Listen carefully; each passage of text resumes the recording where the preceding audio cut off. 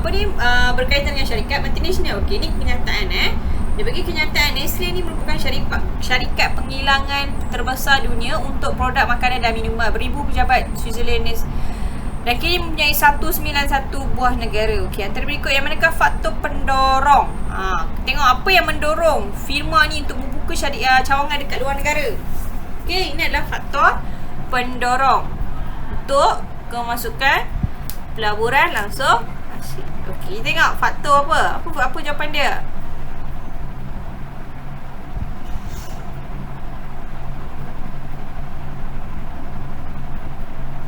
Okey, faktor yang pertama, dorongan syarikat multinasional. Okey, tengok. Okey, yang pertama, meluaskan pasaran. Okey, ada tak jawapan meluaskan pasaran?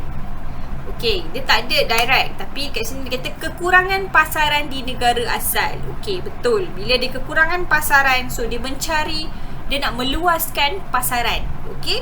Alright, jawapan satu betul. Okey, yang kedua dia kata kekurangan bahan mentah di negara asal. Okey, tengok ada tak jawapan? Okey, bahan mentah asal atau hasil bumi yang unik. Okey, betul. Sebab dia kekurangan bahan mentah kat negara dia. Jadi dia pergi buat pelaburan dekat negara lain. Dia pergi buka syarikat dekat negara lain dengan harapan mendapat bahan mentah. Sebab dia tak ada bahan mentah dekat negara dia. Okey, so 1 dan 2 betul. Okey, 3 dan 4 salah. Kenapa? Okey, 3, sekatan perdagangan oleh negara asal. Okey, kita kena faham, syarikat multinasional ni maksud ni dibuka cawangan di negara lain. Kalau negara dia buat sekatan perdagangan, dia tak ada kena-mengena dengan syarikat Jepun. Syarikat Jepun ni, syarikat Nestle ni dia akan terkesan sekiranya negara lain yang buat sekatan. Kalau negara lain buat sekatan, dia tak boleh masuk. Tapi kalau dia yang buat sekatan, negara lain yang tak boleh masuk kat negara dia, tapi dia boleh keluar negara lain, tapi negara lain yang tak boleh masuk. Okey, yang keempat, upah buruh rendah negara asal. Kalau upah dia rendah kat negara asal, kenapa dia nak keluar? Faham tak? Okey, kita tengok jawapan dia dalam buku teks. Dia kata tenaga buruh dengan kemahiran yang khusus. Kita tengok jawapan dia.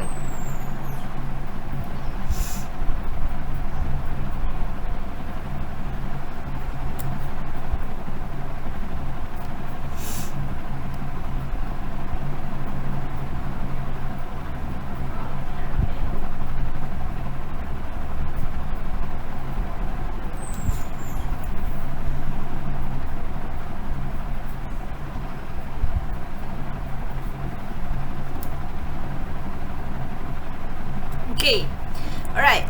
So, kenapa dia beroperasi dengan syarikat luar negara? Sebab dia nak menjimatkan kos buruh. Sebab contohnya mungkin dia dekat negara dia, kos buruh tinggi, sebab tu dia keluar pergi buka dekat negara Thailand, Vietnam, China. Sebab dia rasa tenaga buruh dengan upah yang murah, kos yang lebih rendah. Maksudnya upah yang dibayar dekat Thailand, buruh dekat Thailand, Vietnam ni lebih murah. Sebab tu diorang pergi buka syarikat dekat negara lain.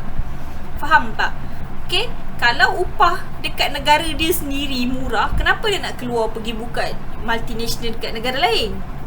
Okay, boleh faham?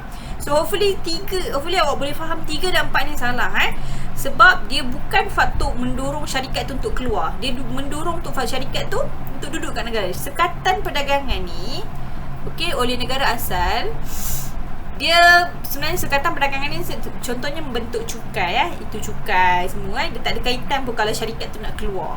Kalau negara tu dia buat sekatan perdagangan untuk syarikat yang masuk ke dalam negara dia, bukan dia nak keluar. Alright, seterusnya soalan nombor 6. Antara berikut berkenaan kemasukan syarikat multinasional di Malaysia. Dia bagi kenyataan. Dia kata Malaysia berjaya meraih pelaburan langsung asing sebanyak 36.1 bilion daripada syarikat multinasional dari Amerika Syarikat, Jepun, Hong Kong dan China. Sektor elektrik dan elektronik merupakan sektor utama yang dilaburkan oleh syarikat-syarikat tersebut di Malaysia. Untuk pengetahuan awak semua, kenyataan yang diberikan ataupun keratan-keratan ni sebenarnya adalah keratan akhbar. Jadi ni semua adalah fakta. Hopefully awak semua ini adalah fakta, bukan rekaan semata-mata. So soalan ni dia tanya, dia beritahu Okey, apakah kesan positif yang dibawa oleh pelaburan sedemikian? Pelaburan apa? Pelaburan langsung asing. Kita tengok jawapan. Okey, ni kalau saya pejam mata pun boleh jawab dah. Sebab nampak teknologi kan. Nampak teknologi. Sebenarnya pemindahan teknologi lah yang benda paling penting dalam pelaburan langsung asing. Okey, peningkatan import. Okey, import maksudnya kita beli barang dari luar negara.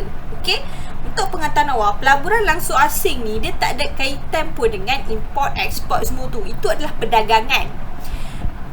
Pelaburan langsung asing ni macam kita kata dia buka syarikat dekat dalam negara kita. Bila dia buka syarikat dalam negara kita, dia tak perlu lagi dah nak urusan import-import ni, tak ada kaitan dah. Dia terus jual barang dekat negara kita sebab dia nak murah. Dia nak mengurangkan kos. Apa kaitan pula dengan import? Tak ada kaitan. Okey, sebab pelaburan langsung asing ni dibina syarikat dekat negara kita. Dia tak ada kaitan dengan import ataupun ekspor. Okey, yang kedua, dia kata pemindahan teknologi. Okey, betul. Bila syarikat asing masuk ke negara kita, dia buka syarikat dan dia membangunkan teknologi dia. Okey, dia membawa masuk teknologi. Itulah masuk pemindahan teknologi. Okey, C, mobiliti tenaga buruh. Mobiliti maksudnya pergerakan tenaga buruh. Okey, ada ke pergerakan tenaga buruh?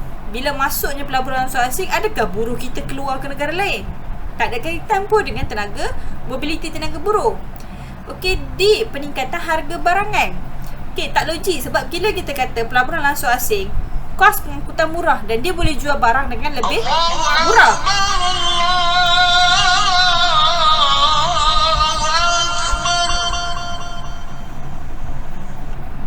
Okey, dia boleh jual barang dengan lebih murah. So, dia tak ada kaitan pun dengan peningkatan harga barang. Okey, kita tengok jawapan. Okey. Ada juga yang menjawab mobiliti tenaga buruh.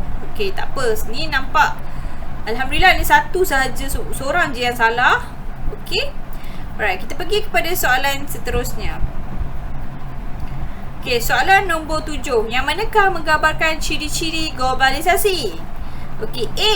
Yang satu, blok perdagangan tidak digalakkan. Okey, salah. Globalisasi ni dia menggalakkan blok perdagangan sebab blok perdagangan ni dia adalah satu persatuan organisasi di mana beberapa buah negara berkumpul dan diorang membincangkan tentang ekonomi, membangunkan ekonomi. Faham tak? So, kalau globalisasi ni mestilah digalakkan sebab kita dah berjumpa dengan negara lain dan kita nak membincangkan isu ekonomi serantau.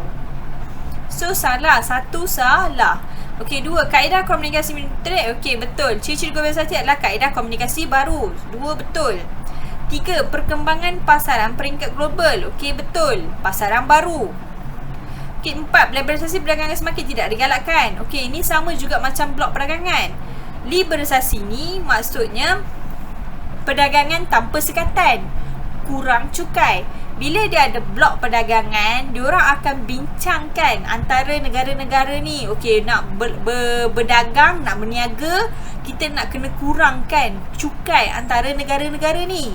Maknanya negara Malaysia nak berdagang dengan negara Thailand. So, kita kurangkan cukai.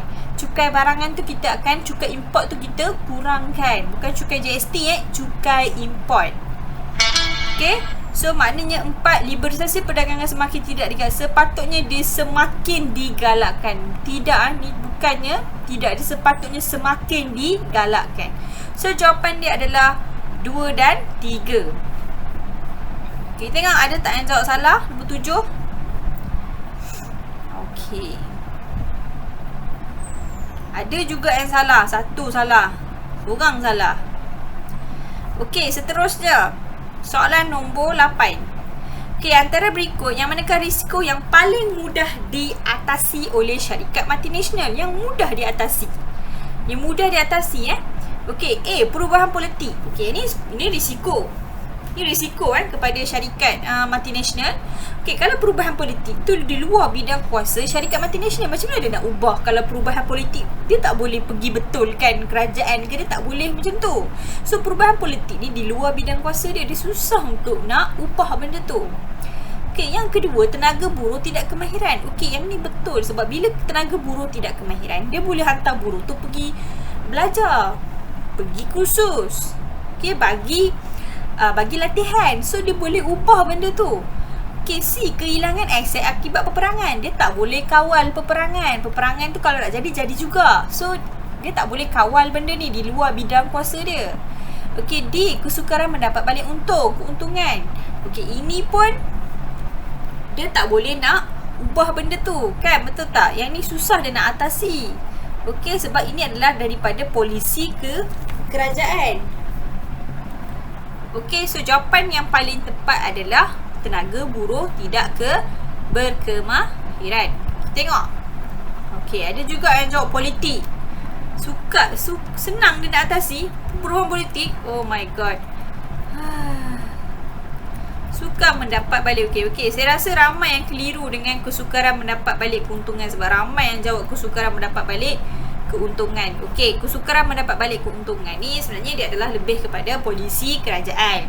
So kerajaan kadang-kadang dia akan buat polisi berapa peratus yang perlu diserahkan kepada negara kita. Okay, kalau dia rugi, dia tak akan masuk kat negara kita. So biasanya polisi ni mestilah dia lebih kepada win-win situation. Okay, alright. Okay, soalan seterusnya nombor 9. Okay, maklumat di bawah berkaitan dengan ciri-ciri